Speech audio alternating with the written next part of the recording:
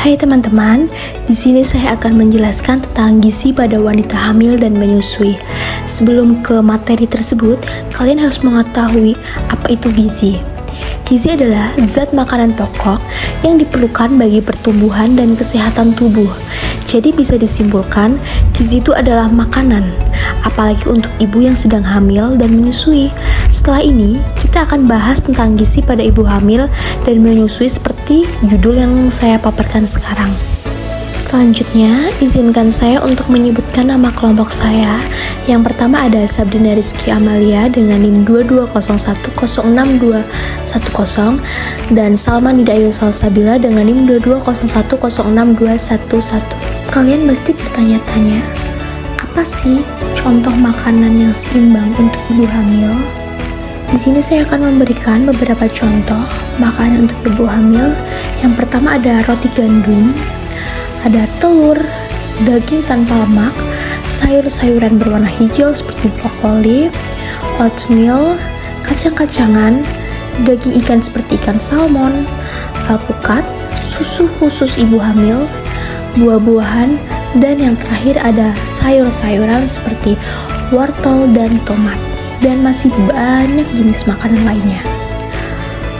Oke, untuk materi selanjutnya ada penilaian status gizi.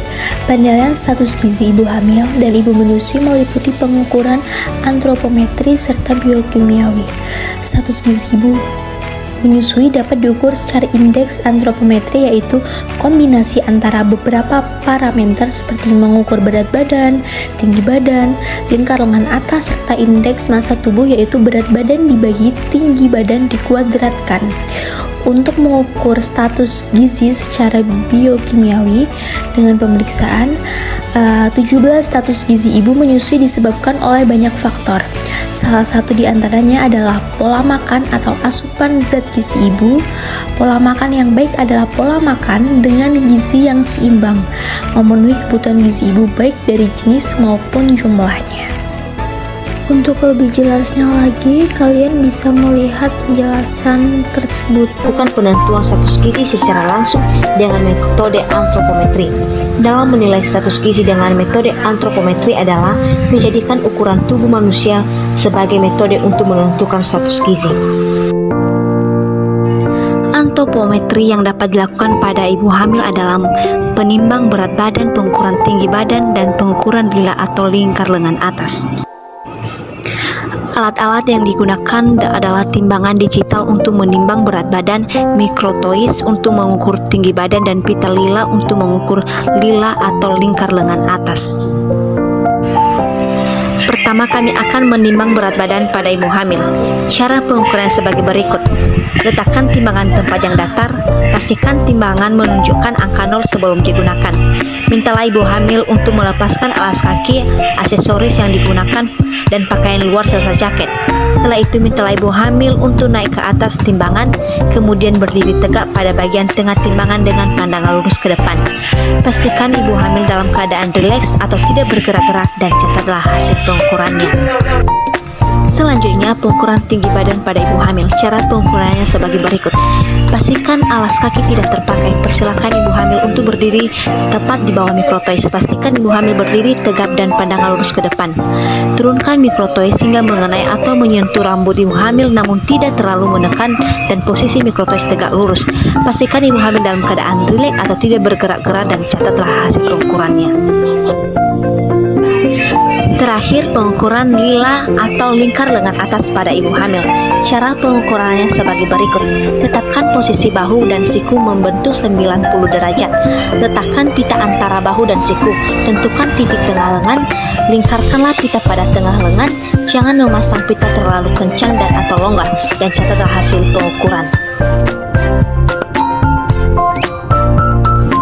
Yang pertama, hasil pengukuran berat badan, di mana diketahui berat badan sebelum hamil 52 kg, berat badan saat hamil 60 kg, tinggi badan 149 cm, ditanya status gizi ibu Rani.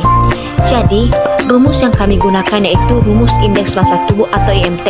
IMT sama dengan berat badan dalam kilogram dibagi tinggi badan dalam meter kuadrat. Jadi, dari hasil perhitungan yang kami dapat, IMT Ibu Rani sebelum hamil tergolong normal, maka disarankan untuk menjaga kenaikan berat badan berkisar 11,5 sampai 13 kg. Sementara IMT Ibu Rani saat hamil tergolong overweight, di mana mengalami kenaikan 8 kg selama kehamilan. Kisaran tahap pertambahan berat badan per trimester. Trimester ke-1, pertambahan berat badan 1,1 sampai 2,1 kg. Trimester kedua 2,2 sampai 5 kg. Trimester ketiga 5,1 sampai 10 kg. Anjuran peningkatan berat badan per trimester kehamilan. Trimester pertama 1 sampai 2,5 kg per 3 bulan. Trimester kedua pertambahan berat badan rata-rata 0,35 sampai 0,4 kg per minggu. Trimester ketiga pertambahan berat badan 1 kg per bulan. Berikut ini pertambahan berat badan berdasarkan status gizi sebelum hamil. Selanjutnya, hasil pengukuran Lila pada ibu hamil, di mana diketahui Lila saat hamil 24 cm ditanya status gizi Ibu Rani. Jadi Lila Ibu Rani adalah 24 cm yang dikategori normal. Baik, terima kasih. Semoga dengan penjelasan yang kelompok kami paparkan bermanfaat bagi kalian.